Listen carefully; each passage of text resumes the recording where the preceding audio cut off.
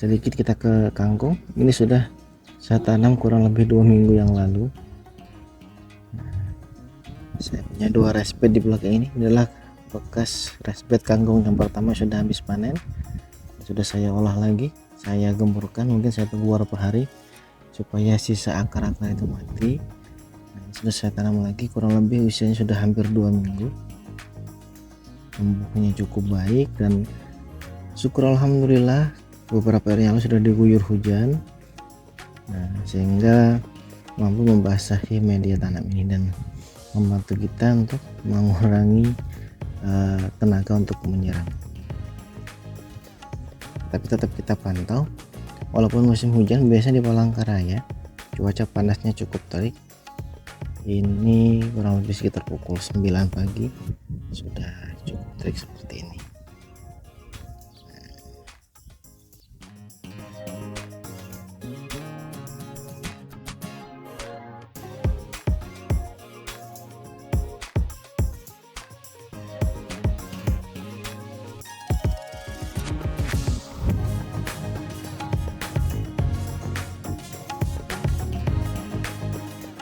Ini adalah cabai kita yang akan kita potong pucuk kembali.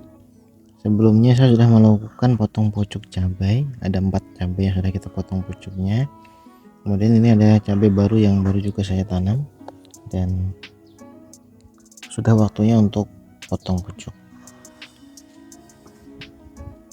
Potong pucuk cabai ini dimaksudkan untuk menumbuhkan tunas-tunas air yang ada di ketiak daun ini, yang nantinya akan menjadi cabang utama dengan jumlah yang lebih banyak timbang cabang tunggal, dan dilakukan sebelum tumbuh cabang Y dari cabai ini. Jadi bisa kita lakukan 4 daun dari atas, atau kalau saya patokannya adalah di bawah 4 tunas yang sudah tumbuh. Jadi patokan usia kapan boleh potong pucuk berdasarkan pengalaman saya itu, saya menunggu tunasnya muncul dulu baru saya potong, untuk memastikan agar tunas mampu untuk tumbuh. Karena berdasarkan pengalaman ada cabai yang tidak mau tumbuh tunasnya setelah dipotong, dan dia tidak mau tumbuh tunasnya. Jadi berdasarkan pengalaman itu saya potong cabai setelah tumbuh tunas di batang ini. Nanti langsung kita potong seperti ini. Nah, kemudian bekas potongannya bisa kita olesi dengan bawang merah. Kita kita oleskan bawang merah seperti ini agar mencegah kebusukan yang disebabkan oleh bakteri.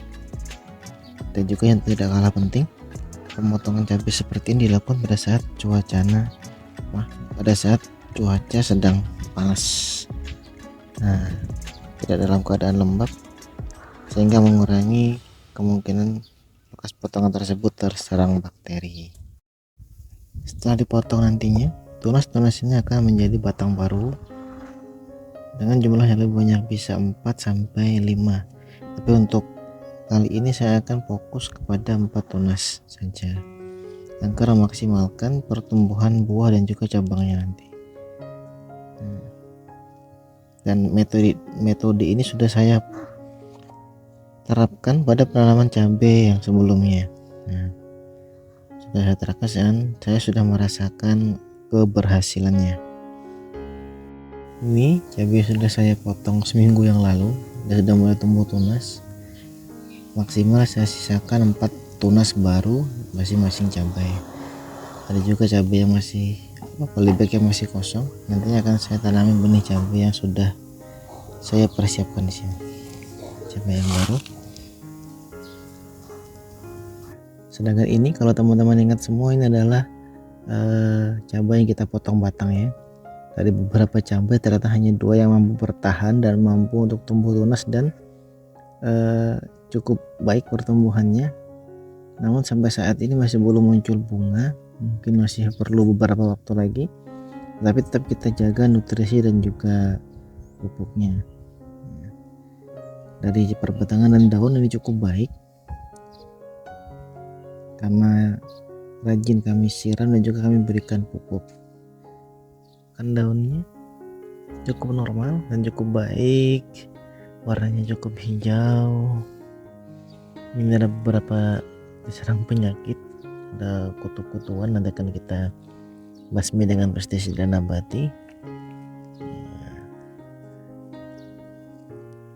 Dan beberapa yang lain ternyata mati dan walaupun tumbuh tunas tapi tidak mampu tumbuh dengan baik. Hanya tersisa 2 pohon ini saja yang tersisa.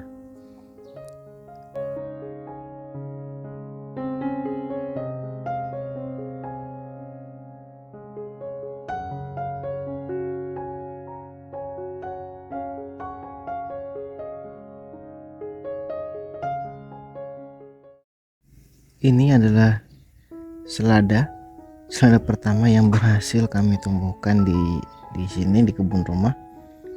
Ini adalah percobaan yang ketiga dan berhasil tumbuh dengan cukup baik sampai usia saat ini kurang lebih dari 10 hari. Mungkin nanti akan segera kami pindah tempat ke wadah tanam polybag. Di percobaan pertama kami gagal karena ternyata benih yang kami beli itu sudah kadaluarsa.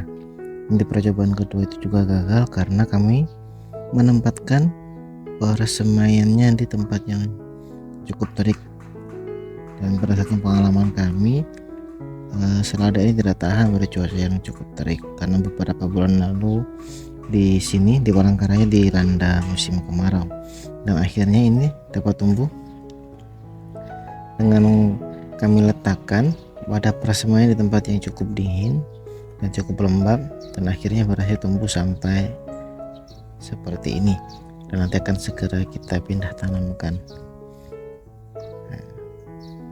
Nanti akan kita upload terus di episode selanjutnya.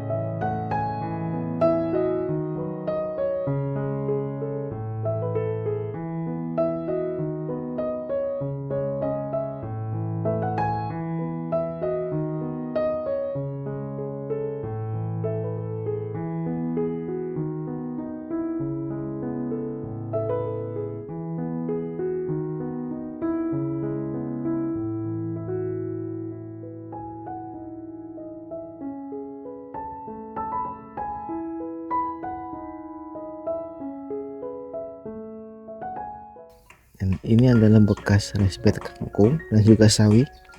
Ini sudah habis, sudah kita panen semua dan sudah saya gemburkan kembali untuk nanti kita gunakan sebagai wadah menanam kembali. Nanti kita olah lagi tanahnya untuk kita persiapkan untuk menanam kembali, dan rencananya akan saya tanami pakcoy. Metodenya akan sama seperti kangkung, mungkin separuhnya kita tanam terlebih dahulu, kemudian ketika tanaman pertama mencapai usia setengah panen akan kita tanam lagi di separuh rice bednya. Tujuannya agar menjaga keberlangsungan panen, jadi tidak terhenti masa panennya. Jadi kapan saja kita perlu sayuran kita tinggal petik di kebun rumah. Ini untuk medianya sama, ini campuran tanah dan juga sekam padi biasa. Nanti akan kita kombinasi dengan pupuk kandang. Biasanya berdasarkan pengalaman saya, pupuk kandangnya tidak saya campurkan, melainkan saya letakkan di tengah-tengah. Di posisi paling bawah itu campuran tanah dan juga sekam padi, posisi di tengah-tengah itu pupuk kandang, dan paling atas ini campuran tanah dan sekam padi atau beri pupuk sedikit. Kemudian setelah itu saya siram dengan air, saya fermentasikan 1 atau 2 hari, baru setelah itu saya tanami. Dan berdasarkan pengalaman itu cukup subur untuk menumbuhkan tanaman sayuran, baik itu kangkung maupun pakcoy.